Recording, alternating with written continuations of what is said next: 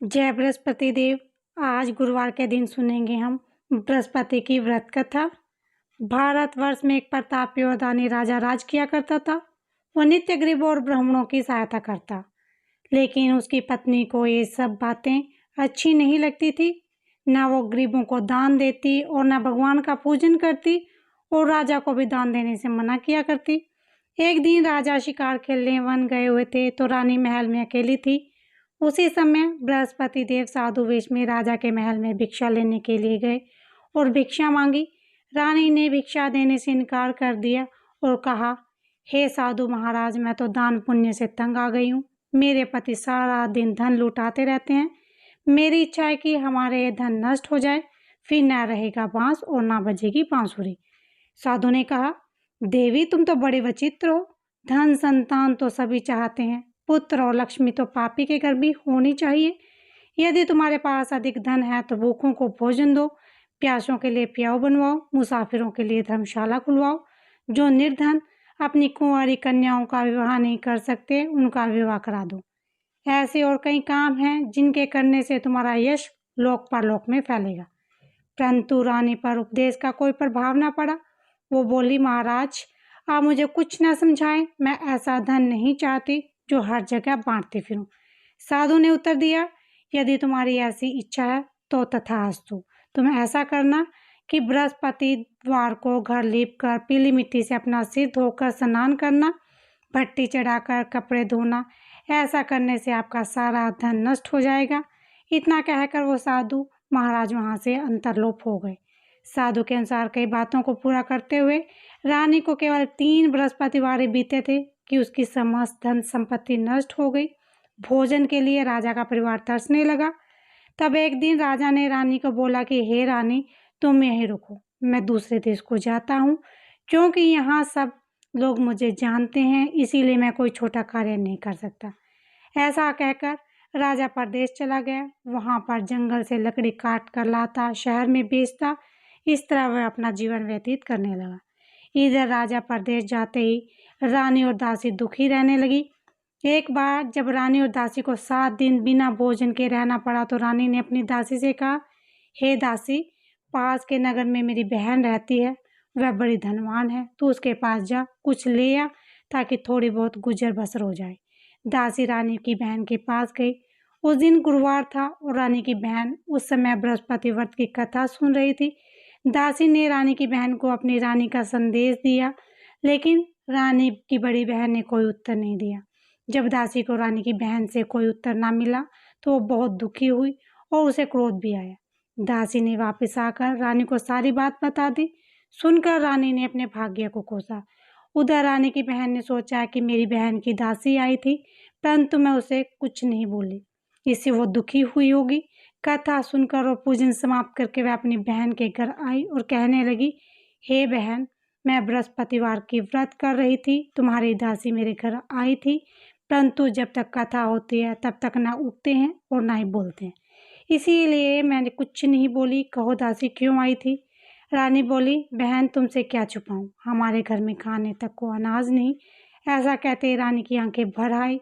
उसने दासी समेत पिछले 7 दिनों से भूखे रहने की सारी बात अपनी बहन को विस्तार पूर्वक सुना दी। रानी की बहन बोली, देखो बहन, भगवान बृहस्पति देव सबकी मनोकामनाओं को पूर्ण करते हैं। देखो, शायद तुम्हारे घर में अनाज रखा हो। पहले तो रानी को विश्वास नहीं हुआ, पर बहन के आग्रह करने पर उसने अपनी दासी को अंदर भेजा तो उसे सचमुच में अनाज से भरा एक घड़ा मिला। यह देखकर दासी को बड़ी हैरानी हुई। दासी रानी से कहने लगी, हे रानी, जब हमको भोजन नहीं मिलता तो हम व्रत ही तो करते हैं, इसीलिए क्यों न इससे व्रत और कथा विधि पूछ ली जाए ताकि हम भी व्रत कर सकें। रानी ने अपनी बहन से बृहस्पतिवार व्रत के बारे में पूछा। उसकी बहन ने बताया, बृहस्पतिवार के व्रत में चने की दाल मुनक्के से विष्णु भगवान का केले की जड़ में पूजन करें तथा दीपक जलाएं, व्रत कथा सुने, पीला भोजन ही करें, इससे बृहस्पति देव प्रसन्न होते हैं। व्रत और पूजा विधि बताकर रानी की बहन अपने घर को लौट गई। 7 दिन के बाद जब गुरुवार आया तो रानी और दासी ने व्रत रखा। गुड़साल में जाकर चना और गुड़ लेकर आई, फिर उससे केले की जड़ तथा विष्णु भगवान का पूजन किया। अब पीला भोजन कहाँ से आए, इस बात को लेकर दोनों बहुत दुखी थी। उन्होंने व्रत रखा था, इसीलिए बृहस्पति देव उनसे प्रसन्न थे। वे एक साधारण व्यक्ति का रूप धारण करके 2 थालों में सुंदर पीला भोजन दासी को दे गए। भोजन पाकर दासी प्रसन्न हुई और फिर रानी के साथ मिलकर भोजन ग्रहण किया। उसके बाद वे सभी गुरुवार को व्रत और पूजन करने लगी। बृहस्पति भगवान की कृपा से उनके पास फिर से धन संपत्ति आ गई, परंतु रानी फिर से पहले की तरह आलस करने लगी। तब दासी बोली, देखो रानी, तुम पहले भी इस प्रकार आलस किया करती थी, तुम्हें धन रखने में कष्ट होता था, इस कारण सभी धन नष्ट हो गया, और अब जब भगवान बृहस्पति की कृपा से धन तुम्हें वापस मिला और तुम फिर से आलस करने लगे हो। रानी को समझाते हुए दासी कहते हैं कि बड़ी मुसीबतों के बाद हमने ये धन पाया, इसीलिए हमें दान पुण्य करना चाहिए, भूखे मनुष्यों को भोजन कराना चाहिए और धन को शुभ कार्यों में खर्च करना चाहिए, जिससे तुम्हारे कुल का यश बढ़ेगा, स्वर्ग की प्राप्ति होगी और पितृ प्रसन्न होंगे। रानी दासी की बात मानकर अपना धन शुभ कार्यों में खर्च करने लगी, जिससे पूरे नगर में उसका यश फैलने लगा। एक दिन राजा दुखी होकर जंगल में एक पेड़ के नीचे आसन जमाकर बैठ गया। वह अपनी दशा को याद करके व्याकुल होने लगा। बृहस्पतिवार का दिन था। एकाएक उसने देखा कि निर्जन वन में एक साधु प्रकट हुए। वो साधु वेश में स्वयं बृहस्पति देव थे। लकड़हारे के सामने आकर बोले, हे लकड़हारे, इस सुनसान जंगल में तो किस चिंता में खोया है? लकड़हारे ने दोनों हाथ जोड़कर प्रणाम किया, उत्तर दिया, महात्मा जी, आप सब कुछ जानते हैं, मैं क्या कहूँ? ये कहकर रोने लगा और साधु को अपनी आत्मकथा सुनाई। महात्मा जी ने कहा, तुम्हारी स्त्री ने बृहस्पति के दिन बृहस्पति भगवान का निरादर किया था, जिसके कारण रुष्ट होकर उन्होंने तुम्हारी ये दशा कर दी थी। अब तुम चिंता मत करो, मेरे कहे अनुसार चलो और तुम्हारे सब कष्ट दूर हो जाएंगे और भगवान पहले से भी अधिक संपत्ति देंगे। तुम बृहस्पति के दिन कथा किया करो, 2 पैसे के चने मुनक्का लाकर उनका प्रसाद बनाओ और शुद्ध जल से लोटे में शक्कर मिलाकर अमृत तैयार करो। कथा के पश्चात अपने सारे परिवार और सुनने वाले प्रेमियों को अमृत व प्रसाद बांटकर आप भी ग्रहण करो। ऐसा करने से भगवान तुम्हारी सब मनोकामनाएं पूरी करेंगे। साधु के ऐसे वचन सुनकर लकड़हारा बोला, हे प्रभु, मुझे लकड़ी बेचकर इतना पैसा नहीं मिलता जिससे भोजन के उपरांत कुछ बचा सकूं। मैंने रात्रि में अपनी स्त्री को व्याकुल देखा, मेरे पास कुछ भी नहीं जिससे मैं उसकी खबर मंगवा सकूं। साधु ने कहा, हे लकड़हारे, तू किसी बात की चिंता मत कर।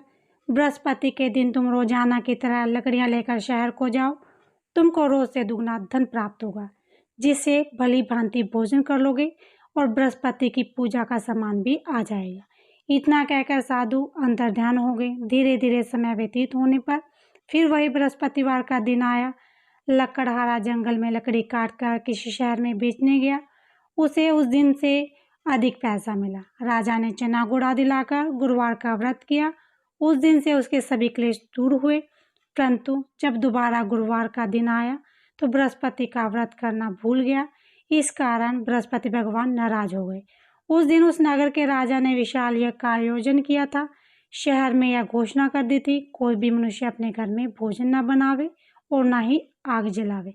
समस्त जनता मेरे यहाँ भोजन करने आवे। इस आज्ञा को जो न माने उसे फांसी की सजा दी जाएगी। इस तरह की घोषणा संपूर्ण नगर में करवा दी गई।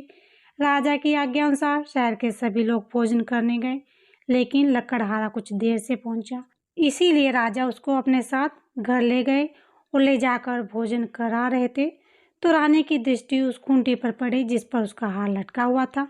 वो वहां पर दिखाई नहीं दिया। रानी ने निश्चय किया कि मेरा हार इस मनुष्य ने चुरा लिया है। उसी समय सिपाहियों को बुलाकर उसको कारागार में डलवा दिया। जब लकड़हारा कारागार में पड़ गया और बहुत दुखी होकर विचार करने लगा कि न जाने कौन से पूर्वजन्म के कर्म से मुझे ये दुख प्राप्त हुआ, और उसी साधु को याद करने लगा जो उसे जंगल में मिला था। उसी समय तत्काल बृहस्पति देव साधु के रूप में प्रकट हुए और उसकी दशा को देखकर कहने लगे, अरे मूर्ख, तूने बृहस्पति देव की कथा नहीं करी, इस कारण तुम्हें दुख प्राप्त हुआ है। अब चिंता मत कर, बृहस्पतिवार के दिन कारागार के दरवाजे पर 4 पैसे पड़े मिलेंगे, उनसे तुम बृहस्पति की पूजा करना, तेरे सभी कष्ट दूर हो जाएंगे। बृहस्पति के दिन उसे 4 पैसे मिले। लकड़हारे ने कथा कही। उसी रात्रि को बृहस्पति देव ने उस नगर के राजा को स्वप्न में कहा, हे राजा, तुमने जिस आदमी को कारागार में बंद कर दिया वो निर्दोष है, ये राजा है, उसे छोड़ देना। रानी का हार उसी खूंटी पर लटका है, अगर तू ऐसा नहीं करेगा तो मैं तेरे राज्य को नष्ट कर दूंगा। इस तरह रात्रि के स्वप्न को देखकर राजा प्रातःकाल उठा और खूंटी पर हार देकर लकड़हारे को बुलाकर क्षमा मांगी। लकड़हारे को युग सुंदर वस्त्र आभूषण देकर विदा कर दिया। बृहस्पति देव की आज्ञा अनुसार लकड़हारा अपने नगर को चल दिया।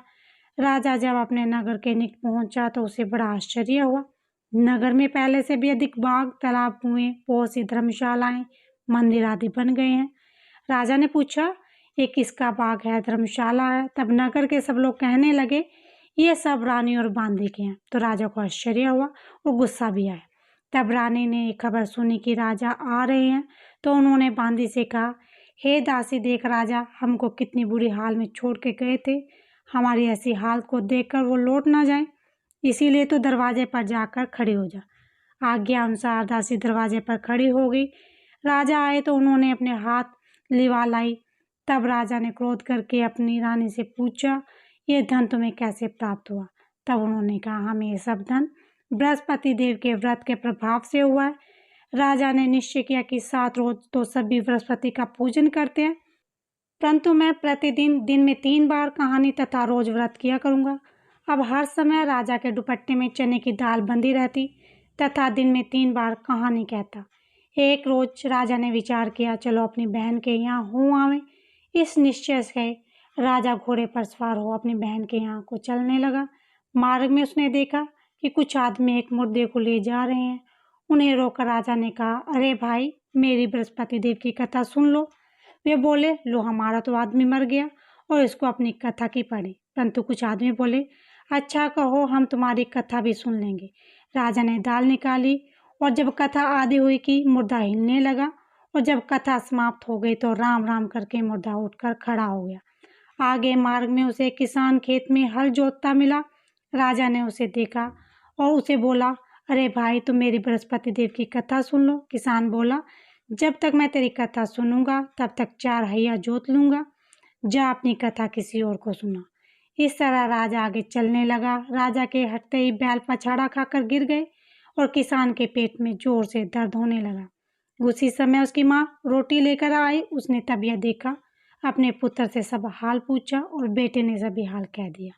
तो बुढ़िया दौड़ी दौड़ी उस घुड़सवार के पास गई और उससे बोली कि मैं तेरी कथा सुनूंगी, अपनी कथा मेरे खेत में चलकर कहना। राजा ने बुढ़िया के खेत में जाकर कथा कही, जिसके सुनते ही बैल उठ खड़े हुए। किसान के पेट का दर्द बंद हो गया। राजा अपनी बहन के घर पहुंचा। बहन ने भाई की खूब मेहमानी की। दूसरे रोज प्रातःकाल राजा जगा। वह देखने लगा कि सब लोग भोजन कर रहे हैं। राजा ने अपनी बहन से कहा, ऐसा कोई मनुष्य है जिसने भोजन ना किया हो? मेरी बृहस्पतिवार की कथा सुन ले। बहन बोली, हे भैया, ये देश ऐसा है, पहले यहाँ लोग भोजन करते हैं, बाद में अन्य काम करते हैं। अगर कोई पड़ोस में हो तो देखा हूँ। वह ऐसा कहकर देखने चले गए, परंतु उसे कोई ऐसा व्यक्ति नहीं मिला जिसने भोजन न किया हो। अंत में एक कुम्हार के घर गए जिसका लड़का बीमार था। उसे मालूम हुआ कि उसने यहाँ 3 रोज से किसी ने भोजन नहीं किया। रानी ने अपने भाई की कथा सुनने के लिए कुम्हार से कहा।